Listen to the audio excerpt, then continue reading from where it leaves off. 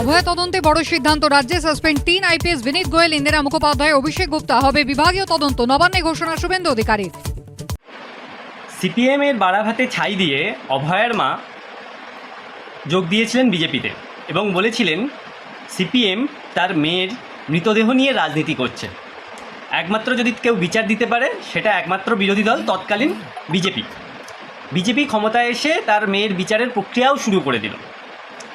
এক প্রতিবাদী স্বামী স্ত্রী, তাদের খুব চুলকানি হয়েছিল, তাদের নাকি নিজেদেরকে উদ্গান্ডু মনে হচ্ছিল, বিশাল নাটকীয়ভাবে করেছিল অভয়ের মাকে নিচু করার জন্য। তারা রাত জেগেছিল আর বাকি মানুষগুলো ভ্যারান্ডা ভেজেছিল।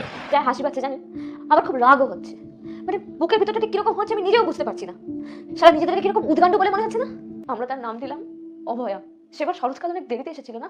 শুনলাম এবারে অভয়ার মা নাকি ভোটে দাঁড়ানোর টিকিট পেয়েছে। নিজেদেরকে কিরকম হেরো মনে হচ্ছে সালমা।